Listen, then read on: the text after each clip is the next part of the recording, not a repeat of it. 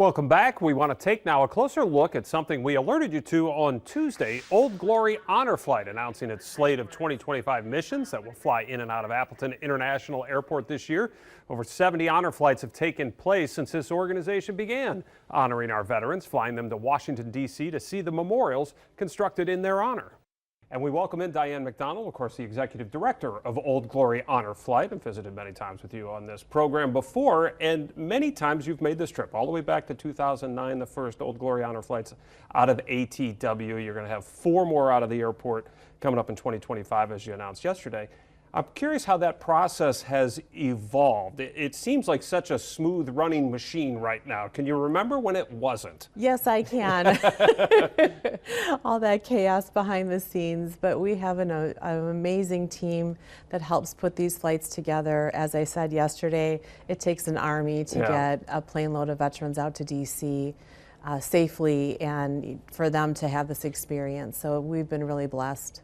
What has been the reaction in the 24 hours from the veterans community, the folks that you're trying to get this message out to say, hey, these are available to you? In 24 hours since you announced that you'll have 4 flights this year, what kind of reaction have you received? Really positive. Lots of emails and calls yesterday about from veterans who are asking where they're at on the wait list.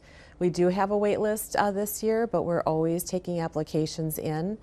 Right now, it's about a 12-month wait, but the sooner that a veteran applies, the sooner that he or she will go. All right, so that wait list, if it's at 12 months, if, let's say the people towards the back end of that list, how long ago did they sign up? So folks who want to get onto the list now have some idea of how long it takes for that thing to move. That's a great question. They just applied last year. Okay. With the amount of flights that we do in a year, which is typically 5 because we do one in and out of the EAA annually, we're taking about 500 vets throughout the year, so the line goes pretty quick. So over 6,600 vets now from local communities since this began, since these first flights in 2009. Why is it important we want to get this message out that veterans do apply and don't be scared away from the wait list? Why is it important that they start now? They may look and see that these flights go all the way. You mentioned EAA, that's in the summer. There's one after that. Why is it important that they start applying now? Well, I mean, I think when we talk about our senior veterans, we have vets who were served during Vietnam, Korea, World War II, and those that served in between. I mean, let's face it, all of us are aging a little bit. Yes. So the sooner that someone applies, given their health and just their status, we want to make sure that they have the opportunity while they still can. When we think about even our Vietnam veterans, the youngest ones, I mean, they're not faring as well with Agent Orange issues and health challenges. So there is a lot of fluctuation. We do our best to bring people up if they need it. So we are taking terminally ill veterans almost on every one of our missions. And if there is a health issue, we want to know about it. We want to move them up the line. You mentioned the World War II veterans, and your organization was so heavily involved in that return to Normandy trip last summer. We chronicled it here on the 430 show. We're losing these resources, these veterans, these heroes. Are there less and less of them applying, and does that change their status? In other words, are they a line hopper, for lack of a better phrase? Yes, rightly so. For our World War II vets and our Korean War veterans, we put them at the top of the line given their age.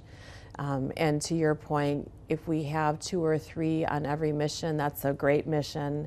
We know that our World War II veterans, their average age is going to be almost 100 years old. And so to see them get their opportunity to see their memorial in DC is top of our list. Okay. Has the profile for your organization changed because of the success of that mission last year? Because for those who don't know, your organization was tabbed by American Airlines to select the veterans. Your organization was tabbed to set everything up for the veterans, and that included the medical team, which was all from Northeast Wisconsin. They were amazing. Yeah, and that was a Herculean effort. That wasn't a one-day back and forth trip, obviously, when you're going that far. There was a lot involved, as we chronicled. Has it raised your status as an organization, and has it made it perhaps a little easier for some of your fundraising efforts? Oh, that's a great question. Well, Old Glory Honor Flight over the past 15 years, we've never been shy about a special mission. Right. We've taken Vietnam veterans to Vietnam. We've taken Pearl Harbor veterans back to Pearl Harbor. We've worked with younger veterans on past missions. So I think we're always out there. We try to be kind of on the cutting edge, but we're always in fundraising mode. Right. These are not inexpensive trips. An honor flight to Washington, D.C. is right around $100,000, and we'll do 5 of them this year. So we're always hustling, we're always Yeah. looking for opportunities. This community has been so good to us, whether it's through business partnerships or individual donations. We don't receive any government funding or grants of that nature. So it's this community that has really afforded us to do the special work that we do. I want to put that in perspective because yesterday Abe Weber at the airport was talking about the pulling for honor, and you're going to have the 7th annual. That's where teams can compete against each other to see who can pull a jet fastest Yes. along a certain length of.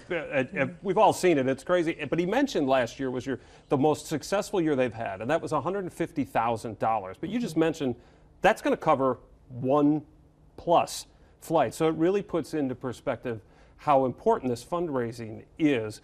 So for those folks that want to take part in the Pulling for Honor or other fundraising, how do they do it? Well, we'll have our website up and running. We've got our Save the Dates right now, which is on August 16th.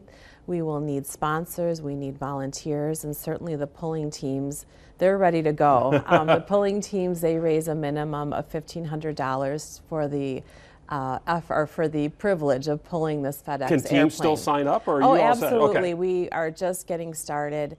We can The more the merrier? absolutely, but it's such a super fun day. I mean, over Yeah. at the airport, there's not just the plane pull, so people come out and cheer on the teams. Yeah.